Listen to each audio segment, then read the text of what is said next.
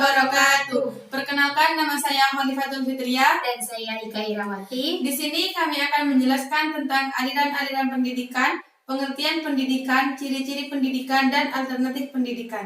Berikut ini pembahasannya. Cekidot. Pemikiran aliran-aliran pendidikan.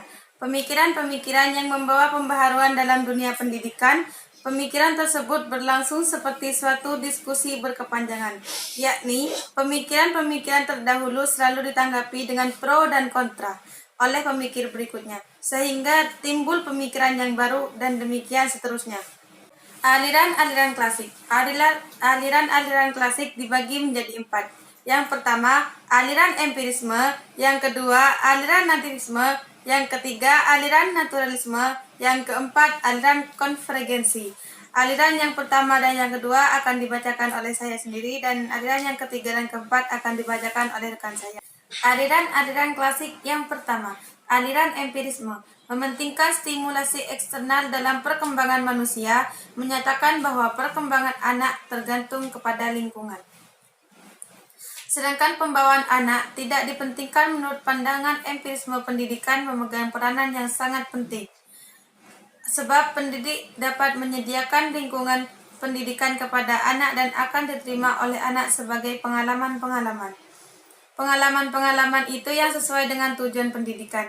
Aliran empirisme dipandang berat sebelah sebab hanya mementingkan peranan pengalaman yang diperoleh dari lingkungan. Sedangkan kemampuan dasar yang dibawa anak sejak lahir dianggap tidak menentukan. Aliran-aliran klasik yang kedua, aliran nativisme. Aliran nativisme adalah aliran menekankan kemampuan dalam diri anak, sehingga faktor lingkungan, termasuk faktor pendidikan, kurang berpengaruh terhadap perkembangan anak. Hasil perkembangan tersebut ditentukan oleh pembawaan yang sudah diperoleh sejak kelahiran. Lingkungan kurang berpengaruh terhadap pendidikan dan perkembangan anak. Hasil pendidikan tergantung pada pembawaan. Bagi nativisme, lingkungan sekitar tidak ada artinya sebab lingkungan tidak berdaya dalam mempengaruhi perkembangan anak. Penganut pandangan ini menyatakan bahwa kalau anak mempunyai pembawaan jahat maka dia akan menjadi jahat. Sebaliknya, kalau anak itu pembawaannya baik maka dia akan menjadi baik. Pembawaan baik dan buruk itu tidak diubah oleh kekuatan dari luar.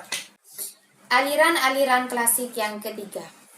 Aliran naturalis Rousseau berpendapat bahwa semua anak yang baru dilahirkan itu baik, akan menjadi rusak karena dipengaruhi oleh lingkungan.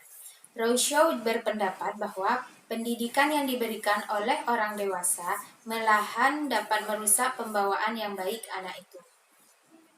Aliran ini berpendapat bahwa pendidik wajib membiarkan pertumbuhan anak pada alam. Jadi, dengan kata lain, pendidikan tidak diperlukan. Yang dilaksanakan adalah penyerahan anak didik ke alam, agar pembawaan yang baik itu tidak menjadi rusak oleh tangan manusia melalui proses dan kegiatan pendidikan. Yang keempat, aliran konvergensi perintis. Aliran ini adalah William Stern, seorang ahli pendidikan bangsa Jerman yang berpendapat bahwa seorang anak dilahirkan di dunia sudah disertai pembawaan baik maupun pembawaan buruk. Penganut aliran ini berpendapat bahwa dalam proses perkembangan anak, baik faktor pembawaan maupun lingkungan sama-sama mempunyai peranan yang sangat penting. Ciri-ciri umum pendidikan mengandung tujuan yang ingin dicapai, yaitu perkembangan, kemampuan individu, usaha yang disengaja dan terencana untuk mencapai tujuan. Dapat dilakukan di lingkungan keluarga, sekolah, dan masyarakat. Penjelasan dari kami semoga bermanfaat dan semoga Anda terhibur. Wassalamualaikum warahmatullahi wabarakatuh.